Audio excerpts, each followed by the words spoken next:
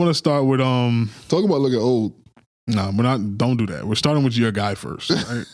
Nigga's fucking crazy. All right, talking about never aging then. Yeah, cool. Yeah, nigga that got to reinvent himself every three songs. Let's talk about Drizzy Drake Rogers. This is probably the last week we're gonna talk about Iceman, right? Or this is like no, this is going to the summer, baby. Okay. Oh yeah, I think he has beef with a young Miami. I think the summer song.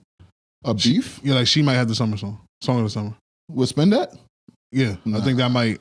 I don't know. I'm hearing it a lot. I'm just saying. So, what's Drake up to now?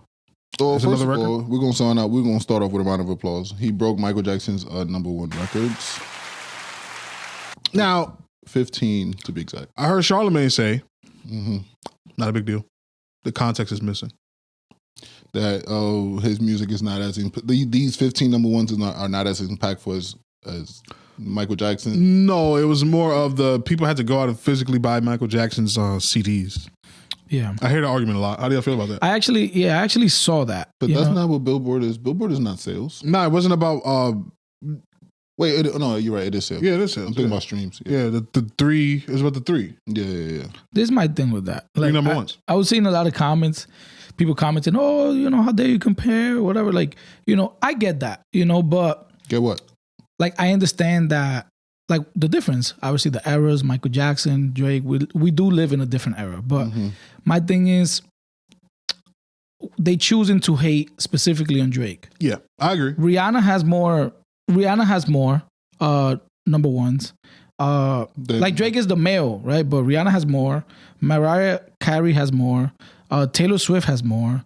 I think the Beatles have more, and they don't say, oh, the street, like, the era, how dare, like, they don't do the comparisons there, but with Drake, it's either start counting, like, have different, I don't know, list metrics or whatever, or if we're just gonna let it slide, then I just don't like when they single him out. It just kind of shows the hate towards him. I agree. I just think there's money in hate on Drake. Of course. There's cachet in that. Now, because I am a objective Drake fan, I will what? I am an objective Drake. You couldn't even say it the second though. Again. Tongue twist over there. I will say red leather, yellow leather, red leather, yellow leather. I will say Drake kind of brought this upon himself a little bit. How so? He referenced being the next Mike or Black Mike or beating Mike or one away from Mike. He put himself next to Mike in a lot of songs. The glove. Well, the glove was the final nail in the coffin. But before that, he's been, even during the beef, the beef. But even before that, in Scorpion, he was talking MJ talk. So he featured MJ on Scorpion too. Nah, we don't count that. Yeah, I kind of don't. I got real songs with Big. You heard? Yeah. A Jigga. So I agree with you, but I will say he did plant that seed in people's mind to force them to compare him to Michael Jackson. Okay, so he opened the doors into, like, I'm comparing myself to Mike. Right. Now, that's fair. What I think should be said is not that he's the next Michael Jackson or he is better than Michael Jackson, but it's kind of like the LeBron and Jordan thing, where no, we're not saying LeBron is the next Jordan or he's whatever the case is. We're just saying that LeBron is LeBron, and we're gonna give him all the flowers that he deserves, and we're gonna give Michael Jordan all the flowers he deserves. And I think we could do that without having the bad. I disagree with you wholeheartedly. Not the notion that you're making. I disagree because that's not what people are doing. If that's what people were doing, then all these discussions would be civil. They're not fair. Nobody's doing what you're saying. That's the smart way to do it. That's the eloquent way to do it. That's the, hey, comparison is a thief of joy thing. Hey, look, I like LeBron, I like Michael Jordan, but what happens is, just like what the Drake Kendrick thing is, when you start exalting these people, you alienate a whole fan base and a rapper. Because, like, the Drake fans, like, we talked about DJ Head last week, that shit only happens because, I can't be seen liking Drake's music. Like, then it's not about the music anymore.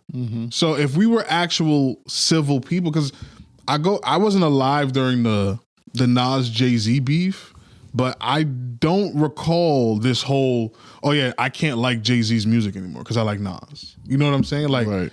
This whole thing has just spiraled into a position, and Mike is correct. It's like, I just want to watch Drake fail.